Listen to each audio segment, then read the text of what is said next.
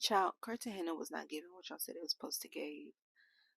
Oh my god. Hola, my name is DISSAPOINTED. If you are new here, we solo travel and we learn languages, and sometimes traveling don't really turn out how you want it to be. So we're gonna talk about that here. Just to preface this saying, this is a video of me making a very first world complaint. So if you are somebody that gets like annoyed and offended easily by strangers on the internet, I suggest you go watch my video about me clubbing in Bogota, Colombia, because I have nothing but nice things to say there. So you should try that out. Where do I begin with my trip to Cartagena? It starts off, I get to my hostel, the Republic Hostel. Would not recommend. Don't know why I didn't do my due diligence, or I thought I did. I don't know. I didn't know I didn't do it because I usually do. I got there early as fuck in the morning, so I couldn't check in till 3 like most hotels and stuff. It's hot as fuck, and I'm sick. I get there and I realize the burger that I had the night before at a restaurant in Medellin, something wasn't right with it. It was so good, but something wasn't right with it, and now I'm sick. I'm sitting outside in the heat because I didn't know that the only place that had any type of air was your fucking dorm room, and it only had air conditioner from like 7 o'clock to like in the morning. So it wasn't around the clock air conditioner, which understandable, but there's fans around the place, but it's not enough to really keep you cool. You're still going to be fucking hot. And I don't trust hostel pool water. I wasn't going to dip in that pool. Hostel pools aren't really the cleanest.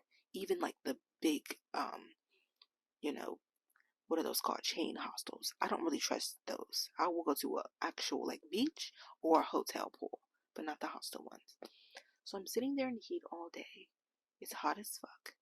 I check in, and it wasn't necessarily the cleanest, up to par hostel bunk bed situation that I've stayed in. It was giving me the ick, and I couldn't wait till my stay was over so that I can go somewhere else. One of my roommates kept fucking leaving her key in the door. That was pissing me off because it's like you got everybody's belongings at fucking risk. I don't live in a world like that, and it's not like I felt any unsafety there, but I don't live in a world like that. Lock the fucking door, make sure you have your key. That's annoying. One of the nights there, I came home from the club and the fucking water was off. So you know what I had to do? I had to take a cold shower. And the water was cold there, and that's fine because it was so fucking hot and there was no air conditioner. But I had to take a shower at night by the shower that's at the pool. You know when you rinse off at the pool, I had to take a shower there. I had to turn all the lights off, the pool lights. Hopefully nobody's peeking through the window and can see me. And then it was still off the next morning, so I had to brush my teeth and wash my face with bottled water. That was pissing me off. It's too fucking hot for y'all not to have water. Obviously, that's not nothing that's really their fault, but I already didn't want to be there. I was already not having a good time. And then now your water's not working, and I'm nasty and sweaty. Yuck. Let's talk about things I tried to do. 3 things I wanted to do when I went to Cartagena: the island tour, the mud bath, and the Palenque tour. I just crossed the Palenque tour off of my list because I was already just very irritated and not just feeling the vibes of Cartagena. And that is an all-day excursion interacting with people walking around, and it's hot as fuck. And I know I wasn't going to be happy. I just know I wasn't. The mud bath tour got rescheduled 3 fucking times. So I really couldn't do the 5 island tour because it's like, that's something you have to be ready at 8 o'clock in the morning. And the mud bath starts at 8 in the morning, and that's like a 5-hour excursion. And then I kept moving the 5 island tour because they kept moving the mud bath because there wasn't enough people booking it, and I couldn't rebook something else because I already paid for it. I need to make sure I can get a refund. I wasn't about to pay $40 twice for some shit that might happen. So I had to cross that one off because by the time that last time they canceled, it was like, I don't have time for the fucking island tour. I don't. So I couldn't do one excursion because the second one kept re-fucking scheduling it because there wasn't enough people booking it. That was irritating. The food choices, again, I was at a hostel that wasn't really like a solo travel hostel, so it wasn't social. So I didn't really meet anybody there. I'm hot. I don't really, it's not, the cleanliness is not that up to par. My events that I wanted to go to were getting rescheduled and canceled, and I couldn't do them because of that. I went on an island boat tour, and it was cool, but I didn't know that it was a family. It wasn't really clear on what type of, not an island tour. I went on a boat ride, and I wasn't really clear that it was like a family friendly. It didn't really give you that information. It was a family friendly type one.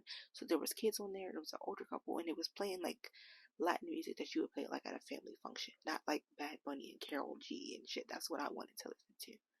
So that was irritating because the music was ass, and there's a language barrier, so I couldn't really communicate too much with everybody. It was just very surface level, and we got up and danced, and they couldn't really interact with them.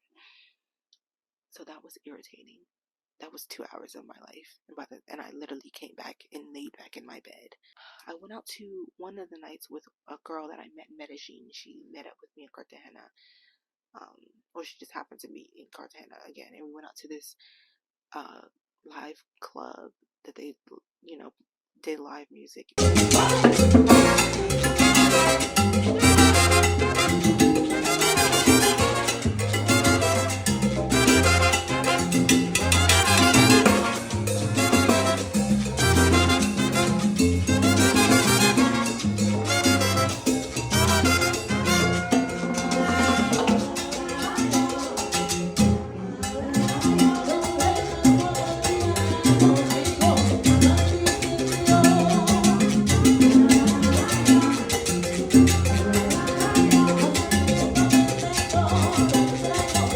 It's called Club Havana.